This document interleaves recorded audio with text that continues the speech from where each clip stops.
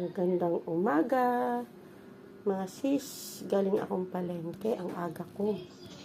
Yan, namili ako ng burger.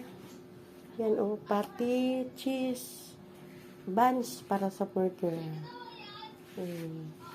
Lumpia wrapper at cheese para sa cheese stick. Gagawa ako mamaya. Kalamansi sa siumay.